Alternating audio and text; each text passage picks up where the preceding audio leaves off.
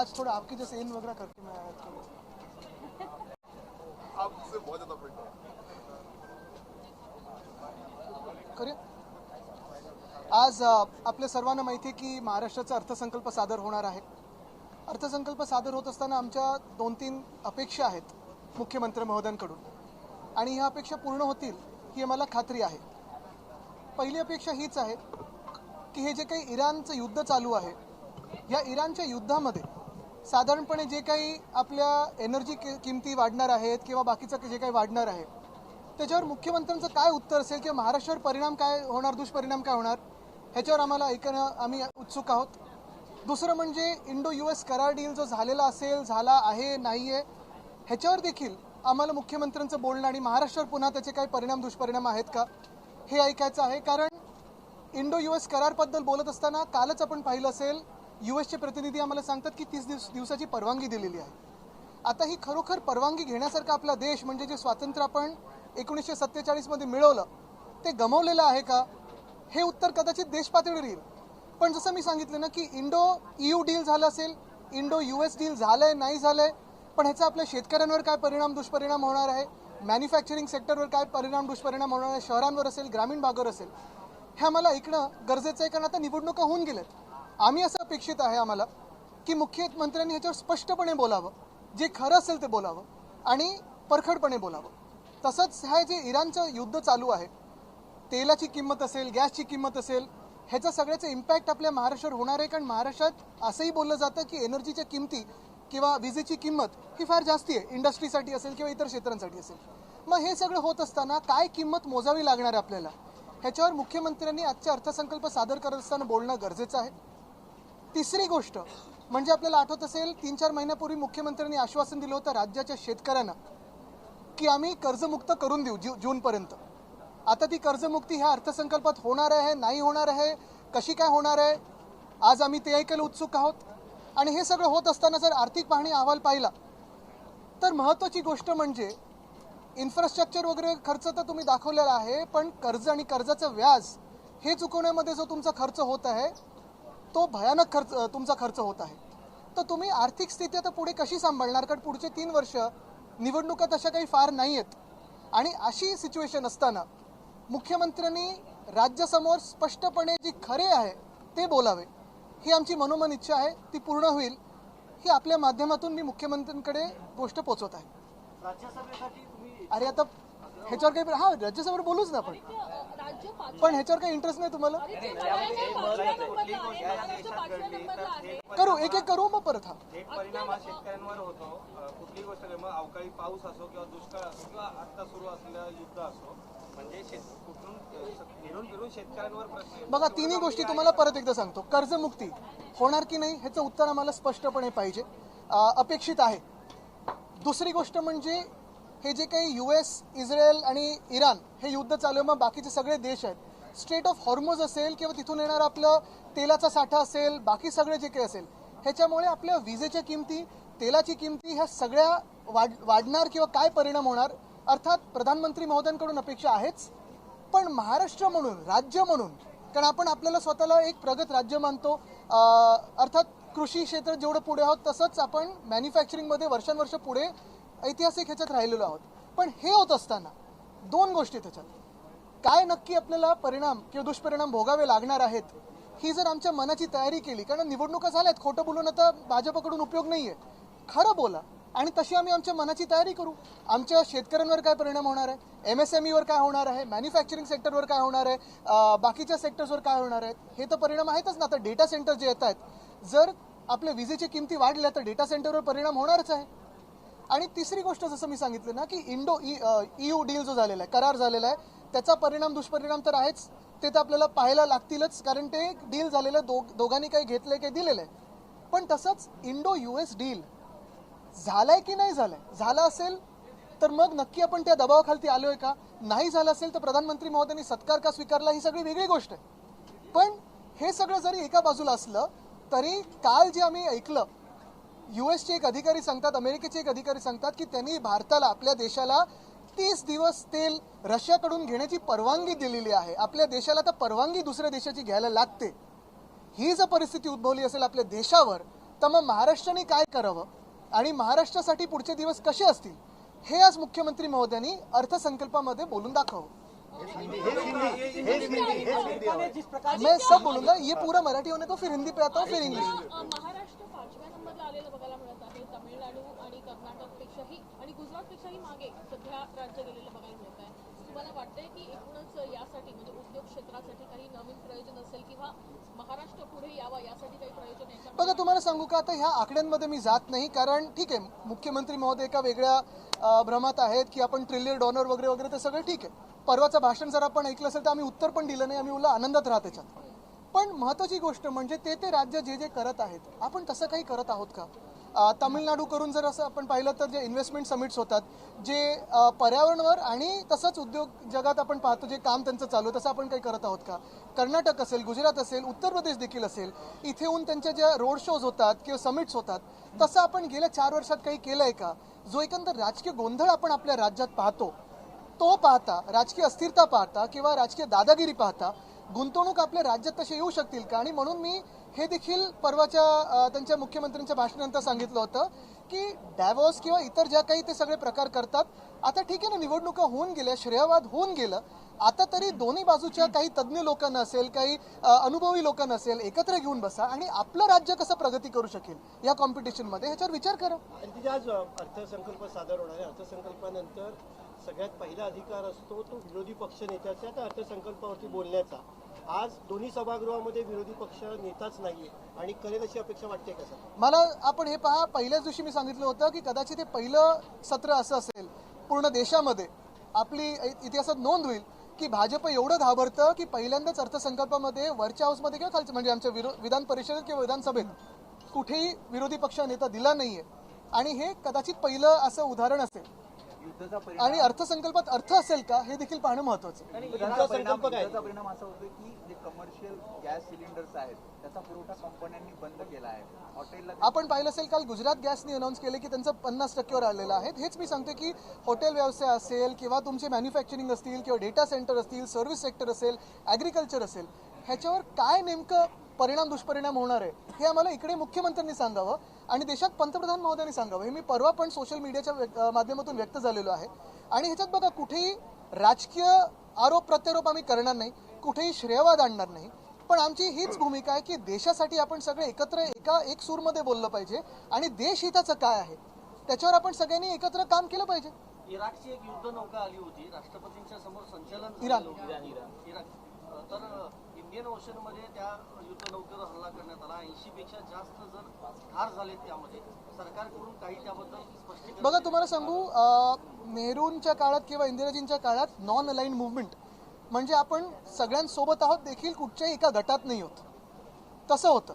आता जर पाहायला गेलं तर आपण विश्वगुरू बोलतो, पण आता दुसऱ्या देशांकडून आपल्याला परवानगी घ्यायला लागते 30 दिवसाचं तेल घेण्यासाठी.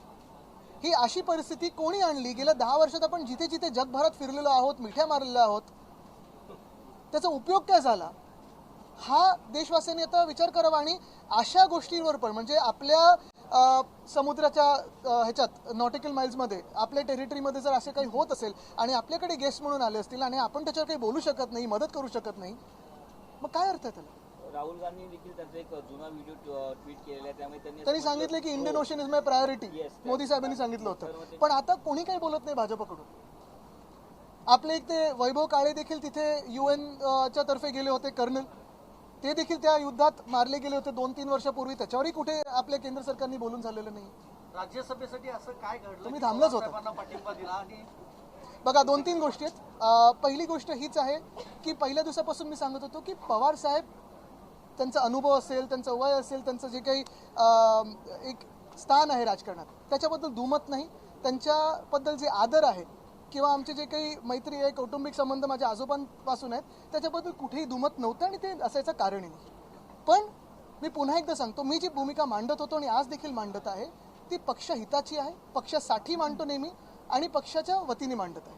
ह्याच्यात कुठेही माझा स्वार्थ नव्हता की आज माझी सीट राहील, उद्या माझी सीट जाईल, उद्या माझी सीट राहील, आज माझी सीट जाईल, असं कुठेही नव्हतं.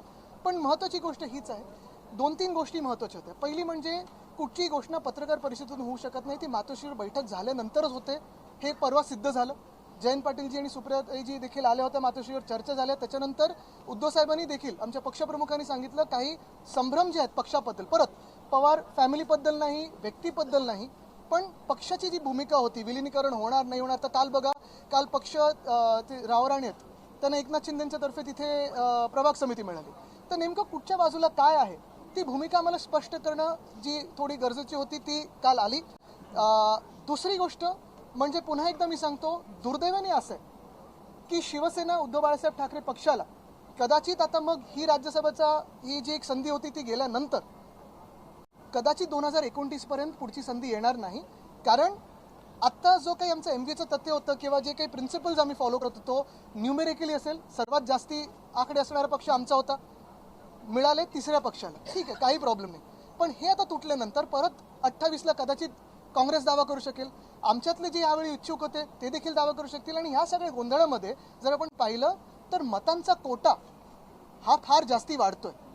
मी जी भूमिका मांडत होतो ती माझ्या पक्षासाठी मांडत होतो, निस्वार्थीपणे मांडत होतो आणि त्याच्यावर मी ठाम म्हणजे आहे. पण मी हेच सांगतोय की काल जो निर्णय झाला तो महाविकास आघाडी, इंडिया आघाडी म्हणून सगळ्यांनी एकत्र घेतला. काँग्रेसने होकार दिला, कारण पहा काँग्रेसनी पण दावा केलेला, आम्ही पण दावा केलेला, राष्ट्रवादीने पण केलेला. मातोश्रीवर बैठक झाल्यानंतर तिघांमध्ये ज्या चर्चा झाल्या त्याच्यातून काँग्रेसनी आणि राष्ट्रवादीने एकमत केल्यानंतर आम्ही पण त्याच्यात मग सहमती दिली. कारण आम्हाला कुठेही ह्याच्यात वाद नको आहेत, पण आम्हाला जे स्पष्टीकरण पाहिजे होतं. आणि दुसरं म्हणजे जे मी परत सांगतो, पत्रकार परिषदेतून नाही तर मातोश्री बैठक झाल्यानंतर जे अपेक्षित आहे तसं झालं. राऊत साहेबांच्या पत्रकार परिषदेत सुद्धा त्यांनी सातत्यानं नाव घेतलं होतं शरद पवारांचं. तुमच्या विधानामध्ये तुमच्या विधानात आणि त्यांच्या विधानाकडे विस्कळीतपणा कुठेही नाही, ते पण नाव घेत होते, तुम्ही चर्चा करून म्हणत होता. मी हेच सांगतोय परत आता पुढच्या 29 पर्यंत शिवसेना उद्धव बाळासाहेब ठाकरे पक्षाला दुर्दैवानी राज्यसभेची किंवा महाविकास आघाडीमध्ये सगळ्यांनाच तेवढी जागा येणं कठीण आहे. म्हणजे संजय राऊतांना 2029 पर्यंत थांबा लागणार, कारण 2028 विधान परिषद आता अजून चर्चा कुठे सुरू झाली नाही, संजय राऊतांना 2029 पर्यंत थांबा. बघा, आता तुम्ही कोटा बघा आणि बाकीचे दावेदार बघा. परत आता जे आमचं प्रिन्सिपल होतं ते पहिल्यांदा तुटले, हे जरी असेल तरी महाविकास आघाडीतली एकी काल दिसली आणि ते महत्वाचं. पण ह्याच्यात परत एकदा मी सांगतो, जे आमचे विषय होते आम्ही घेतलेले, मग महाराष्ट्राचं किंवा देशाचं जे अदानीकरण चालू आहे, ह्या सगळ्या विषयांवर आम्हाला जे काही संभ्रम होते ते स्पष्टीकरण पाहिजे होतं आणि ते मातोश्रीच्या बैठकीत चर्चा अशी होती की तुम्ही नाराज आहात. परवाच्या पत्रकार अरे परवा मी उदयपूरला एका लग्नात होतो, काल मी आलो आणि तुम्ही काल बघितलं मी अर्जुनच्या लग्नात गेलो. कसं आहे ना, परवा माझं फ्लाईट मिस झालं. ती जर का जागा महाविकास आघाडी शिवसेनेला मिळाली तरी मी पोचलो नसतो, तरी पुढचा गोंधळ टाळता आला तरी मी पोचलो नसतो. आता त्या मुहूर्त त्यांना मिळाला असेल तर तो योगायोग तुम्ही त्या पंडितजींना विचारा ना, मुहूर्त काढला त्यांनी. आदित्य, काल रोहित पवार यांनी मातोश्रीवर येऊन भेट घेतली होती. रोहित पवारांनी काल मातोश्रीवर येऊन भेट घेतली. काय नेमकं रोहित पवारांनी? तेव्हा पण मी तिथेच होतो, उदयपूरलाच होतो. पण जे काही मी ऐकलं आणि थोडं मी काही जाणून घेतलं ते हेच होतं, VSRचे जे काही गोंधळ चालू आहे किंवा एक राजकीय गोष्ट जरी बाजूला ठेवली तरी देश पातळीवर आत्ता तुम्ही पहा कुठच्याही स्तरावर तुम्हाला सुरक्षित वाटते का? जे वैमानिक परिस्थिती दिसते आपल्याला, साधारणपणे कुठची एअरलाईन, काय सेफ्टी मेजर्स आहेत, ह्या सगळ्या गोष्टी आहेत. खड्डे पडतात कुठे, त्याच्यात पण गाड्या जाऊन घसरतात, तर त्याच्यावर त्यांचे काही प्रश्न होते.